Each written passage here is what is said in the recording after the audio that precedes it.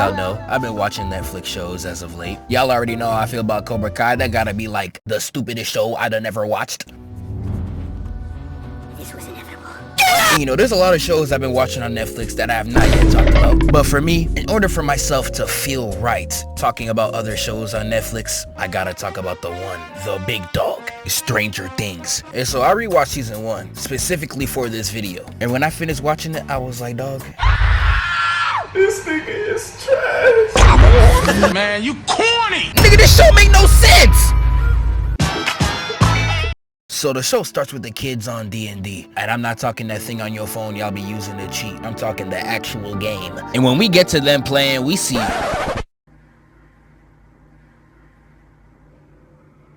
Boy, if you don't get... Dog, what is that? Like who let you outside with this cheap dog of a haircut? You have the same cut as Edna from Incredibles. Now I know he's a kid. It's effed up what they be doing to y'all. I know it's not his fault. This is definitely the mom. Why would you do this to your child? Now I know why he's victim number 1. I would assault him too if I had to lay my eyes on such a monstrosity. And also, I ain't done. Brother Lucas, you're not safe. This DEI hire ab black nigga, where did y'all get him? He's low-key accurate because all these 80s shows in the past would just get a random black nigga off the street and put him in the show so the coons could feel included. Like, dog, no. Like, I will never let Minecraft get away with this. They had a black nigga with a wife beater and a gold chain as a skin and called that nigga Athletic Steve. Now I want you to look at the camera and tell me something.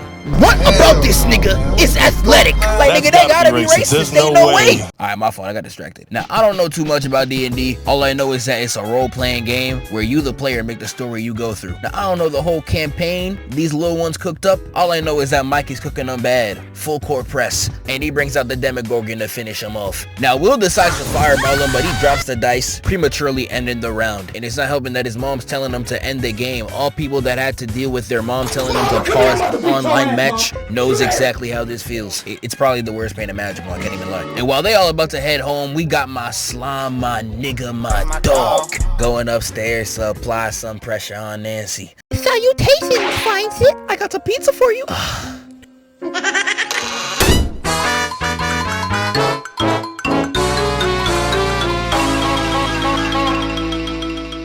Even though he got rejected, I respect the grind. He's at least putting some shots in the field. I can't even blame him either. Have you seen Nancy? Oh, boy. And I know you see her right here, though. She's so... Hold on.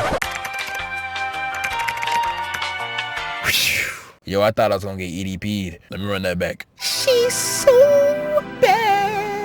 Now, y'all know me. I love my chocolate milk to death. But there is just some white woman. I can't even lie. Once I lay eyes on them, I just... Alright, bruh, my fault. This is a sick Negro. But right when they're about to go home, Will says this. The Demogorgon. It got me. It got me. It got me. And this is exactly why the Bible says the tongue has power. You should not have said this, little bro. This is why you gotta be careful what you say. Bro proceeded to get packed in less than 30 minutes after he said this, bruh. Like, nah, that's just sickening. Ain't no way. And we got Will going home in the dead of night, and then boom, nigga, scaring little bro off the main road. But if he rewind it back just a little bit, my dog, who are you posing for? This nigga hit the turnaround too, like, yo, this camera on me. Serious?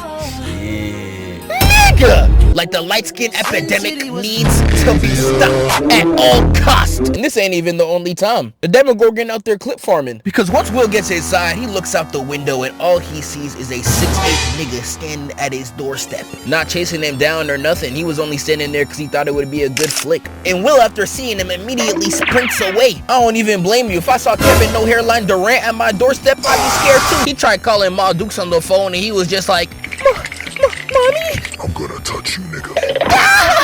And this man pulls up to the door and politely lets himself in. Oh, hell nah. And that boy Will was gone. He was hitting the jets, leaving only the dog to fight the Demogorgon back. That nigga is not surviving. Will gets into the shed and ups the shotty. Look at him, little gangster nigga with a bob. The Demogorgon materializes through the wall and stands right behind him. And nah, this part had me weak. Why do I see this nigga's head glistening? This nigga hilarious. He pulled up to torture Will with the skytop fade. I see you. And that man Will really turned around talking about something. Oh, he's right behind me, isn't he? Yeah, nah, bro, you deserve it. And even though Will gets packed up, I cannot move on from this scene. Because all this scene confirms is that the Demogorgon was doing this with no reason, no plan, no motive. This was just for the love of the game. So I'm gonna replay this scene and I want y'all to watch this. Now, if you're watching this, I know you ain't Stevie Wonder. You can see Will got the door locked. And y'all gonna make me sound like Dora. Can you see the other door? No, nigga. There is only one way inside this shed. But the Demogorgon phases through the wall in order to get behind him. Pause. And I know some of y'all gonna be like, oh, Zeph, he's a monster, man. That's normal. That's exactly what he wants you to think. Use your common sense. So if doors do not matter to this nigga, and he can just pull up regardless, nigga. Oh my God, bro. Oh, hell no, man. Why did he do this? This nigga politely opened the door. You telling me this nigga just got manners? The Demogorgon was clip farming since 2016. Is this nigga serious? But anyways, we gonna move on, but nah, we cannot move on because this ain't even the only thing. I know y'all think the Demogorgon only got one victim in this scene, and in that case, you're wrong. Yeah, that's right. I take it all back. The Demogorgon is not as bad as you think. He's worse. He got 2 bodies, and y'all don't even remember the second. He slimed the dog. Like, no! And it's so crazy because I swear in the show, nobody has mentioned this dog since, and they never slid. Like, R.I.P. little bro. You literally got sacrificed and they ain't show you no respect. They out of pocket for that shit. And for this next one, I'm gonna give y'all some context. This is Nancy, and this is Barb. They the low-key girls at school, under the radar, less than 200 followers on IG. These are the type girls you want to settle down with and start a family. And they were really good friends, and everything was fine until the white boy attacked. The super senior Steve started shooting and shot at Nancy. Niggas the Where My Hug At originator. He really in the 80s taking girls' fax machines, talking about some Where My Hug At. These niggas are unsavable. And Nancy, just like a 2010 white girl with Justin Bieber, started to get hypnotized. She trying to get crushed. And she starts getting closer with Steve, throwing Barbara to the curb. Like, if you ask me, a friend who abandons you in front of the hose is worse than a friend who tries to show out. This is a textbook definition of an L-mans. And the L-mans behavior comes into fruition right here.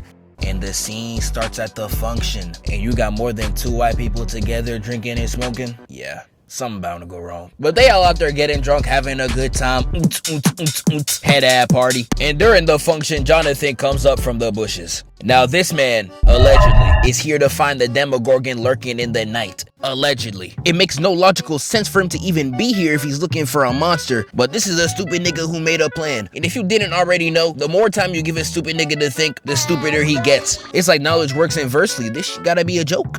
And while Jonathan's camping outside, Nancy tells Barb to leave, just so she could get some Steve meat, even though they were supposed to leave together. You really gonna backdoor your sis for Harrington? Bruh. Look at this dude. No.